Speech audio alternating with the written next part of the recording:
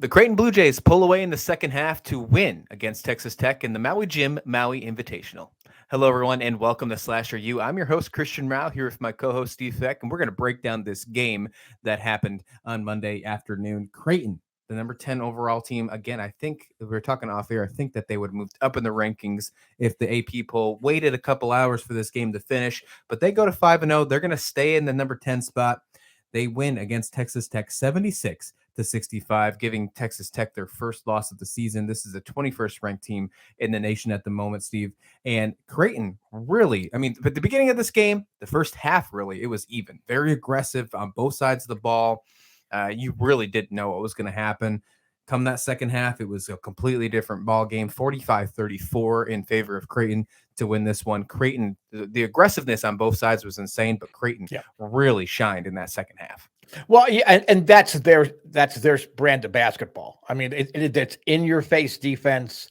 They attack. And I'm not talking about running the court up and down. They just attack. They try to drive the lane. They have no problems, kicking the ball in, then kicking the ball out for a three. So Creighton, the interesting thing about Creighton is they had 13 turnovers in the game. They were all in the first half. Yep.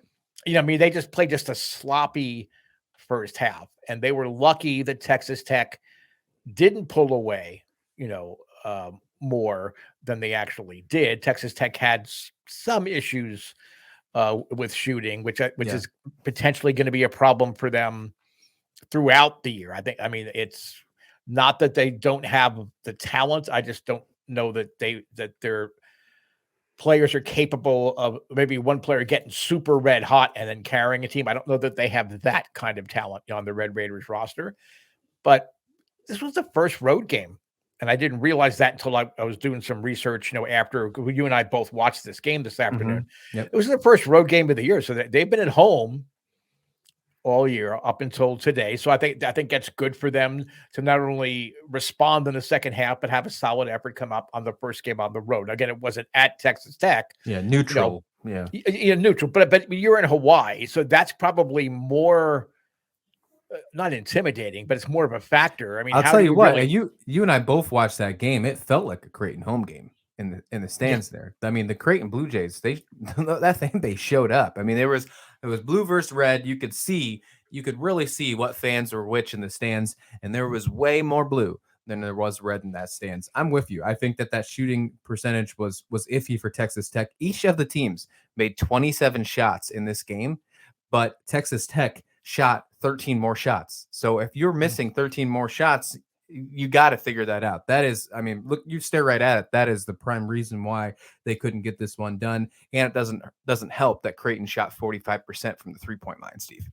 Right. And that in Texas Tech's defense, no pun intended, they didn't get many uncontested looks at the basket, especially, around the perimeter. So I wouldn't say they were forcing shots. They just didn't have good shots, but there is a time, there is a time clock. Eventually you got to shoot the basketball. And I don't know they had a lot of really slam dunk, another bad pun. Great puns. Keep them going.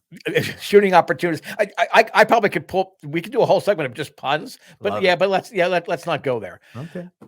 There is one concerning thing out of this game, and that was Creighton's center, Ryan Kalkbrenner. He turned his ankle in the first half. He gutted his way through it. He really, gutted through it. Apparently, it's a pretty serious ankle sprain, so he did have to come out late in the game.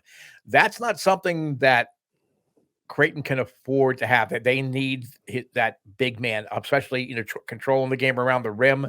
I don't know that they have another player that's going to be as dominant down low as he would be. So that's something to take a look at. Baylor Shireman didn't lead the team in scoring, but I really think he is going to be the key for Creighton from an offensive standpoint throughout the season. And if they are going to go to the Final Four like I've predicted, I think this guy is going to play a major, major role in it. Trey Alexander was great in the second half. Everybody on Creighton was great. In the second half, I thought Arthur Kaluma, he's a guy that doesn't get much run, But when you watch him play, it's like, wow, we've seen Creighton play a couple times now.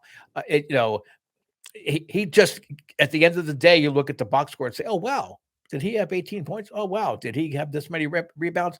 I mean, he's just one of those players that's a glue factor. But the injury to their center could be a problem going ahead, because my guess is he's going to miss at least a game or two. Yeah, and those game or two are some pretty intense games, if you Yep. will. On Tuesday night, they do take on Arkansas, number 9 versus number 10 in the nation for the Maui Jim Maui Invitational Championship. And then the next game after that. Now, there is some time off in between that, so that'll help. That's Tuesday night is their last game in November, so that he might only miss one game. But December 1st, Creighton takes on Texas, number 4 in the nation at this time in the Big East Big 12 battle.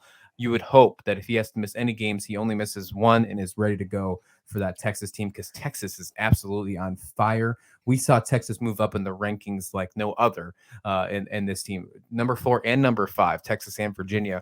As for Texas Tech, they have to take on Louisville on Tuesday afternoon. Louisville has not won a game yet. So we will probably see Texas Tech come on top of that. Yeah. Unless Louisville just comes out of nowhere. Louisville's have been having a really rough go at it. They are not looking good whatsoever. Not even. Look at the stats. They're not even worth bringing up right now. They're just not looking good. Yeah, unless their coach is going to suit up, I don't think Louisville has a chance in this game against Texas Tech. Again, Texas Tech, tough loss, tough second half, but they're they're a ranked basketball team. I think they're 21st. Is it? Yeah, the 21st they are. Yep. Okay, so again, they're a top 25 team. We were picking on their shooting, but they also play a really aggressive brand of defense. So I think that's gonna carry them through a lot of games. That was kind of the fun there. But I would, even with only the one game left in November, I would be surprised Ryan actually comes back. Because for a big guy, you don't want to be dealing with an ankle sprain, and you definitely don't want that going into Big East play. So maybe you do baby it a little bit. If you lose, a game in the Big East, challenge, okay, that's not great, but you much rather lose that game and then have your player a little bit healthier going deeper into December than the other way around, have this being a lingering thing all year. And I think it would affect Creighton's chances to go deep if he has this lingering ankle problem. No doubt.